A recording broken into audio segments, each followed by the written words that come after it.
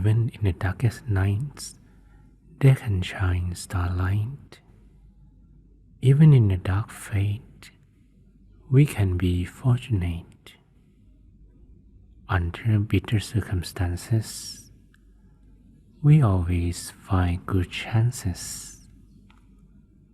When things in the world are gone wrong, yet our mind can enjoy happiness through the practice of meditation.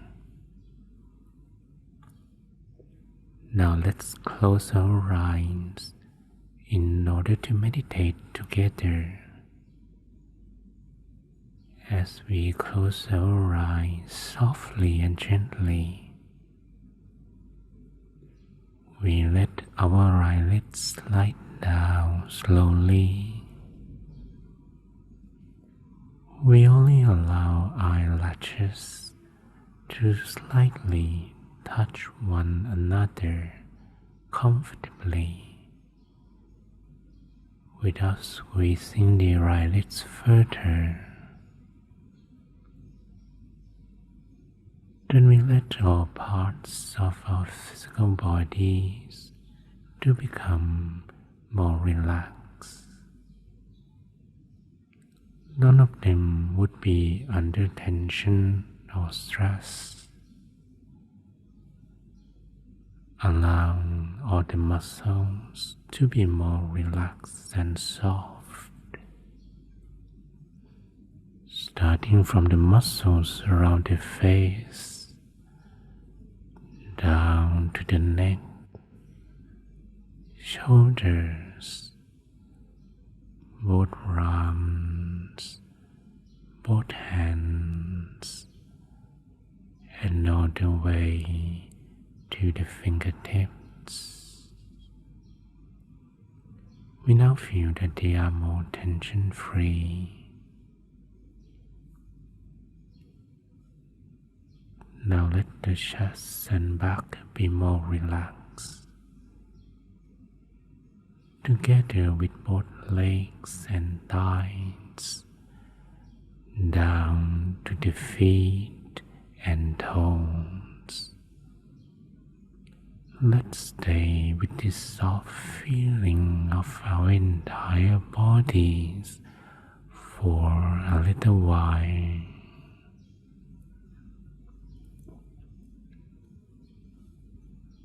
Let our mind be free from all the worries and concerns. Then the mind will become more and more relaxed, more neutral, and then more comfortable.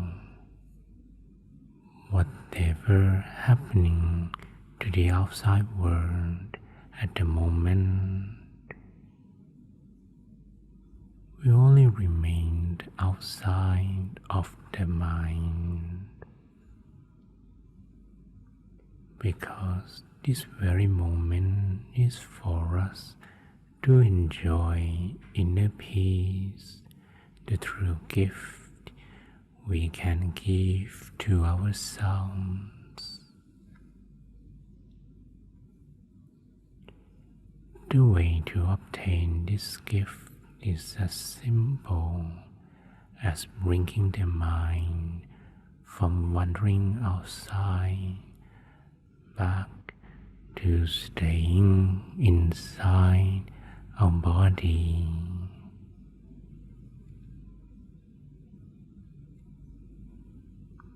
Imagine that the body is just an empty structure made of a thin outline, with no bone, no muscle, no organ. Nothing remains inside the body but an empty space for a moment. Slowly bring the awareness of the mind and let it stay still, softly and gently within the empty space. Please be slow and soft. There's no need to rush at all. Let the feeling become soft and still somewhere inside the abdomen. Or if you feel more comfortable, somewhere else. Let the awareness of the mind stay there for the time being. How the mind is staying still at the center is like a tiny feather floating down from the sky. And finally touching upon a still water surface without disturbing the calmness of the water surface. Let's maintain this soft awareness of the mind being inside the body comfortably and continuously. We may visualize an image of an object we see every day, like the sun, the full moon, or even a shining star. Whatever we feel the most comfortable with. Let the image stay in the mind naturally, so nothing else would have a chance to walk in. Stay with the image with comfort and without the count of time.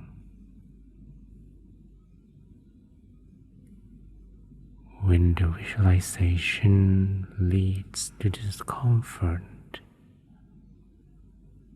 we can begin again at any time. Whenever distractions appear, we can easily restart a visualization. Do it again and again comfortably. Besides an image, we may repeat a mantra quietly in the mind, such as Samma Arahang, Samma Arahang, Samma Arahang.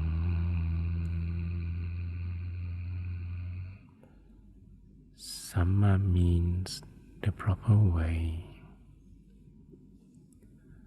Arahang refers to the state of having no mental impurity, the cause of pain and suffering in human's life.